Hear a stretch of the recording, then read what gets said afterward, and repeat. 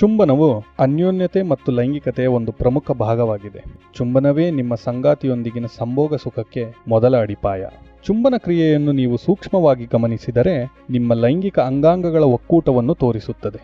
ನಿಮ್ಮ ಸಂಗಾತಿಯ ತೆರೆದ ತುಟಿಗಳು ಅವಳ ಯೋನಿಯನ್ನು ಹೋಲಿದರೆ, ನಿಮ್ಮ ತುಟಿಗಳೊಂದಿಗೆ ನಿಮ್ಮ ನಾಲಿಗೆಯು ಶಿಶ್ನವನ್ನು ಪ್ರತಿನಿಧಿಸುತ್ತದೆ.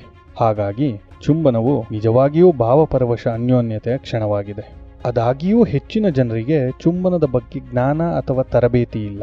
ಚುಂಬನದ ವಿಚಾರಕ್ಕೆ ಬಂದಾಗ ಈ ಜಗತ್ತಿನಲ್ಲಿ 2 ರೀತಿಯ ಪ್ರೇಮಿಗಳಿದ್ದಾರೆ. ಮೊದಲನೆಯದಾಗಿ ಲೈಂಗಿಕವಾಗಿ ಉತ್ಸಾಹಭರಿತ ಪ್ರೇಮಿಗಳು.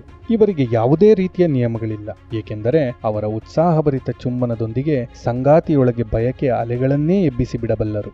ಎರಡನೆಯದಾಗಿ ಇತರರು. ಚುಂಬನದ ವಿಷಯಕ್ಕೆ ಬಂದಾಗ ಸ್ವಲ್ಪ ನಾಚಿಕೆ ಅಥವಾ ಗೊಂದಲಕ್ಕೊಳಗಾಗುವವರು. ಆದ್ದರಿಂದ ಅವರಿಗೆ ಕೆಲವು ಮಾರ್ಗಸೂಚಿಗಳು ಬೇಕಾಗುತ್ತವೆ. ಸರಿ, ಹಾಗಾದರೆ ನಾನು ಚುಂಬನದ ಕಲೆಯನ್ನು ಕಲಿಯಬೇಕು ಎನ್ನುವುದಾದರೆ ನಾನೀಗ ವಾಸ್ತವದಲ್ಲಿ ಒಳ್ಳೆಯ ಪ್ರೇಮಿಯಲ್ಲವೇ ಎಂಬ ಯೋಚನೆ ಬೇಡ. ಮಹರ್ಷಿ ವತ್ಸಯನ ತಮ್ಮ ಕಾಮಸೂತ್ರದಲ್ಲಿ 64 ರೀತಿಯ ಚುಂಬನಗಳಿವೆ ಎಂದು ಉಲ್ಲೇಖಿಸಿದ್ದಾರೆ. ಅಷ್ಟೇ ಅಲ್ಲ, ಇವುಗಳಲ್ಲೇ 100 ಅಧಿಕ ರೀತಿಯ ಕ್ರಮಪಲ್ಲಟನೆಗಳು, ಅಂದರೆ ಪರ್ಮುಟೇಷನ್ಸ್ ಅಂಡ್ ವೇರಿಯೇಷನ್ ಸಾಧ್ಯ ಎನ್ನುವಂಥದ್ದು. ಉದಾಹರಣೆಗೆ ರಾಗದೀಪಾಯನ, ಇದು ಲೈಂಗಿಕ ಆಕರ್ಷಣೆಗಾಗಿ ನೀಡುವ ಚುಂಬನ. ಪ್ರತಿಬೋಧಿಕ, ಇದು ಪುರುಷನು ಮನೆಗೆ ಹಿಂದಿರುಗಿದಾಗ ತನ್ನ ಸಂಗಾತಿಯ ಕೆನ್ನೆಯ ಮೇಲೆ ನೀಡುವ ಚುಂಬನ. ವಿಶ್ವದ ಕೆಲವು ಸಮುದಾಯಗಳಲ್ಲಿ ತಮ್ಮ ಸಂಗಾತಿಯ ತೋಳಿನ ಕೆಳಗೆ ಚುಂಬಿಸುವ ಅಭ್ಯಾಸವಿದೆ. ಸಾರ್ವಜನಿಕವಾಗಿ ನೀವು ಹೇಗೆ ಚುಂಬಿಸಬಹುದು ಎಂಬುದರ ಕುರಿತಾಗಿ ಕಾಮಸೂತ್ರದಲ್ಲಿ ಕೆಲವು ತಂತ್ರಗಳನ್ನು ಪಟ್ಟಿ ಮಾಡಲಾಗಿದೆ. ಅಷ್ಟೇ ಏಕೆ, ನಿಮ್ಮ ಸಂಗಾತಿಯಿಂದ ದುಬಾರಿ ಉಡುಗೊರೆಯನ್ನು ಬಯಸಿದರೆ ಅದಕ್ಕೂ ಕೂಡ ವಿಶೇಷ ರೀತಿಯ ಚುಂಬನವಿದೆ. ನೋಡಿ, ಎಷ್ಟೊಂದು ರೀತಿಯ ಚುಂಬನಗಳಿವೆ. ಕೆಲವನ್ನು ಮಾತ್ರ ಈಗ ನಾವು ಉದಾಹರಣೆಯಾಗಿ ಕೇಳಿದ್ದೀವಿ. ಆದರೆ ಹೆಚ್ಚಿನ ಜನರ ಚುಂಬನವು ವಿಕಾರವಾಗಿರುತ್ತದೆ. ನೀವು ನಿಮ್ಮ ಸಂಗಾತಿಯನ್ನು ಹತಾಶೆಯಿಂದ ಚುಂಬಿಸುತ್ತಿದ್ದರೆ ಅದು ಭಾವೋದ್ರಿಕ್ತ ಚುಂಬನದಂತೆ ಕಾಣಿಸಬಹುದು. ಆದರೆ ನಂತರ ನಿಮ್ಮ ಸಂಗಾತಿಯು ಅದನ್ನು ಎದುರು ನೋಡದೇ ಇರಬಹುದು ಅಥವಾ ಅತೃಪ್ತಳಾಗಬಹುದು. ಲೈಂಗಿಕ ಸೆಳೆತ ಉಂಟಾಗದೇ ಇರಬಹುದು. ನಿಮ್ಮ ಬಾಯಿಯ ಒಳ್ಳೆಯ ಉಸಿರು ಚುಂಬನದ ಮೊದಲ ನಿಯಮ.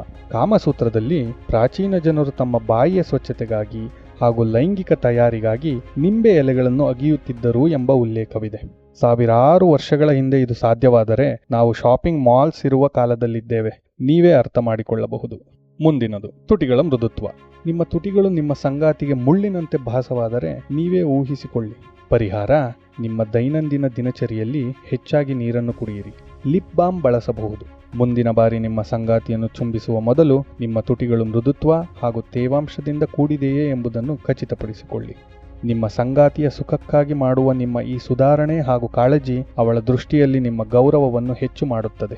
ನಿಮ್ಮ ದಿನದ ಮೊದಲ ಚುಂಬನವಾಗಿರಲಿ ಅಥವಾ ಜೀವನದ ಮೊದಲ ಚುಂಬನವಿರಲಿ, ಅದನ್ನು ಸೂಕ್ಷ್ಮವಾಗಿ ಮಾಡಬೇಕಾಗಿದೆ. ಅದರಿಂದ ಪ್ರತಿಫಲಗಳು ಬಹುಪಟ್ಟಾಗಿರುತ್ತವೆ. ಸರಿ, ಚುಂಬನದ ಪ್ರಾರಂಭ ಹೇಗೆ? ಮೊದಲ ಚುಂಬನವನ್ನ 3 ಹಂತಗಳಾಗಿ ವಿಂಗಡಿಸಲಾಗಿದೆ ಎಂದು ವತ್ಸಯನ ಹೇಳುತ್ತಾರೆ. ನಿಮಿತಕ, ನಾಮಿನಲ್ ಕಿಸ್ ಅಂದರೆ ಔಪಚಾರಿಕ ಚುಂಬನ. ಸ್ಫುರಿತಕ, ವೈಬ್ರೇಷನಲ್ ಕಿಸ್ ಅಂದರೆ ಕಂಪನ ಉಂಟು ಮಾಡುವ ಚುಂಬನ. ಹಾಗೂ ಘಟಿತಕ, ಮಸಾಜಿಂಗ್ ಕಿಸ್ ಅಂದರೆ ನೀವುವ ಚುಂಬನ. ನಿಮಿತಕ ಚುಂಬನ ನಿಮ್ಮ ಸಂಗಾತಿಯ ತುಟಿಗಳನ್ನು ಮರಕುಟಿಗನ ರೀತಿಯಲ್ಲಿ, ಆದರೆ ಅತಿ ಮೃದುವಾದ ರೀತಿಯಲ್ಲಿ ಮೇಲ್ತುಟಿ ಹಾಗೂ ಕೆಳತುಟಿಗಳಿಗೆ ಪರ್ಯಾಯವಾಗಿ ಮುತ್ತಿಡುವುದು. ತಕ್ಷಣ ನಿಮ್ಮ ನಾಲಿಗೆಯನ್ನು ನಾಯಿಗಳಂತೆ ಅವಳ ಬಾಯಿಯೊಳಗೆ ಪ್ರಸರಿಸಲು ಧಾವಿಸಬಾರದು. ಮಹಿಳೆಯರು ನಾಯಿಗಳನ್ನು ಸಾಕು ಪ್ರಾಣಿಯಂತೆ ಇಷ್ಟಪಡುತ್ತಾರೆ, ಪ್ರೇಮಿಯಾಗಿ ಅಲ್ಲ. ಹಾಗಾಗಿ ನಿಮ್ಮ ನಡೆ ಸೌಮ್ಯವಾಗಿರಬೇಕು. ನಂತರದ ಹಂತ ಸ್ಫುರಿತಕ. ನಿಮ್ಮ ತುಟಿಗಳಿಂದ ಸಂಗಾತಿಯ ತುಟಿಗಳನ್ನು ನಿಧಾನವಾಗಿ ಉಜ್ಜಲು ಪ್ರಾರಂಭಿಸಬಹುದು. ತುಟಿಗಳು ವಿದ್ಯುದಾವೇಶವನ್ನು ಒಯ್ಯಬಲ್ಲವು ಎಂದು ವತ್ಸಯನ ಹೇಳುತ್ತಾರೆ. ಅಂದರೆ lips can carry an electric charge. ಸ್ಫುರಿತಕದಿಂದ ನಿಮ್ಮ ವಿದ್ಯುತ್ ನಾಡಿ ಉತ್ತೇಜನಗೊಂಡು ಕಾಮ ಪ್ರಚೋದಕ ನರಗಳಿಗೆ ವರ್ಗಾಯಿಸಿ ಉತ್ಕೃಷ್ಟ ಪ್ರಚೋದನೆಯನ್ನು ಸೃಷ್ಟಿಸುತ್ತದೆ. ಮೂರನೆಯದಾಗಿ ಘಟಿತಕ, ಮಸಾಜಿಂಗ್ ಕಿಸ್. ಹೆಸರಲ್ಲೇ ಇರುವ ಹಾಗೆ ನಿಮ್ಮ ಸಂಗಾತಿಯ ತುಟಿಗಳನ್ನು ನಿಧಾನವಾಗಿ ಮಸಾಜ್ ಮಾಡಲು ನೀವು ಶುರು ಮಾಡಬಹುದು. ನಿಮ್ಮ ತುಟಿಗಳ ಮಧ್ಯೆ ಅವಳ ವಸಡುಗಳನ್ನು ನೀವಬಹುದು. ನಂತರ ನಾಲಿಗೆಯೊಂದಿಗಿನ ಆಟ.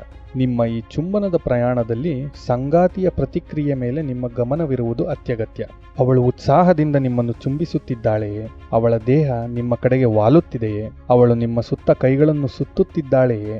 ಹೌದಾದರೆ ಅವಳಿಗೆ ಆಳವಾಗಿ ಮುತ್ತಿಡಲು ನೀವು ಮುಂದುವರಿಯಲು ಸಿದ್ಧಳಾಗಿದ್ದಾಳೆ ಎಂದರ್ಥ. ಇಲ್ಲವಾದರೆ ಅದು ಅವಳ ಸಂಕೋಚವನ್ನು ಸೂಚಿಸುತ್ತಿರಬಹುದು ಅಥವಾ ಆ ಕ್ಷಣದಲ್ಲಿ ಆಸಕ್ತಿ ಹೊಂದಿಲ್ಲದೇ ಇರಬಹುದು. ಈ ರೀತಿಯಾಗಿ ನಿಮ್ಮ ಸಂಗಾತಿಯ ಮನಸ್ಥಿತಿಯನ್ನು ತಿಳಿಯುತ್ತಾ ಅವಳ ಒಪ್ಪಿಗೆಯ ಸೂಚನೆಯೊಂದಿಗೆ ನಿಮ್ಮ ನಾಲಿಗೆಯನ್ನು ಅವಳ ಬಾಯೊಳಗೆ ಪರಿಚಯಿಸಬಹುದು. ಅವಳ ಬಾಯಿಯ ಅಂಚುಗಳು ಒಳಭಾಗವನ್ನು ಅನುಭವಿಸಲು ಆರಂಭಿಸಬಹುದು. ಈ ಘಟ್ಟದಲ್ಲಿ ಅವಳನ್ನು ಚುಂಬಿಸುವಾಗ ನಿಮ್ಮ ಕೈಗಳನ್ನು ಕ್ರಿಯಾಶೀಲವಾಗಿ ಬಳಸಲು ಮರೆಯದಿರಿ.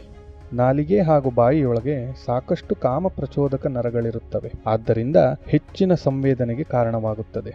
ನೀವಿಬ್ಬರೂ ನಿಮ್ಮ ನಾಲಿಗೆಗಳೊಂದಿಗೆ ಪರಸ್ಪರ ಆಕರ್ಷಿಸಿ ತಬ್ಬಿಕೊಂಡು ಮುದ್ದಾಡುತ್ತಾ ಕೊಂಚ ಆಟವಾಡಬಹುದು. ನಮ್ಮ ನಾಲಿಗೆಗಳು ಹೆಚ್ಚು ಹೊಂದಿಕೊಳ್ಳುವ ಸ್ನಾಯು ಅಂಗಗಳಾಗಿವೆ. ಇದನ್ನು ಬಳಸಿ ನಿಮಗೆ ಏನು ಸಾಧ್ಯವೋ ಅವೆಲ್ಲವನ್ನೂ ನೀವು ಪ್ರಯತ್ನಿಸಬಹುದಾಗಿದೆ. ಚುಂಬನದ ಅನುಭವವನ್ನು ಇನ್ನೂ ಎತ್ತರಕ್ಕೆ ಕೊಂಡೊಯ್ಯಲು ಕೆಲವು ಸಣ್ಣ ವಿಚಲನವನ್ನು ಅಂದರೆ ವೇರಿಯೇಷನ್ ಸಹ ನೀಡಬಹುದು. ಅವಳ ಸೂಕ್ಷ್ಮ ಕಿವಿ ಒಳಗೆ ಚುಂಬನ, ಕೆನ್ನೆಗಳ ಮೇಲೆ, ಕಿವಿಗಳ ಹಿಂದೆ, ಕುತ್ತಿಗೆಯ ಮೇಲೆ, ಹೀಗೆ ನಿರೀಕ್ಷೆಗಳನ್ನು ಸೃಷ್ಟಿಸುತ್ತಾ ಅವಳಿಗೆ ಸಣ್ಣ ವಿರಾಮ ನೀಡುವ ಮೂಲಕ ತೀವ್ರತೆಯನ್ನು ಹೆಚ್ಚಿಸಬಹುದು. ಈ ತಂತ್ರವನ್ನು ಎಡ್ಜಿಂಗ್ ಎಂದು ಕರೆಯಲಾಗುತ್ತದೆ. ಹೀಗೆ ನಿಮ್ಮ ಸುಧಾರಿತ ಜ್ಞಾನ, ತಾಳ್ಮೆ, ಹೊಸ ಪ್ರಯತ್ನ ಹಾಗೂ ನಿಮ್ಮ ಸಂಗಾತಿಯ ಭಾವನೆಗಳ ಅರಿವಿನೊಂದಿಗೆ ಅತ್ಯುತ್ತಮ ಚುಂಬನಗಳು ಮಾಡಲ್ಪಡುತ್ತವೆ. ಮುಂದಿನ ಸಂಚಿಕೆಯಲ್ಲಿ ಮತ್ತೆ ಭೇಟಿಯಾಗೋಣ. ಧನ್ಯವಾದಗಳು.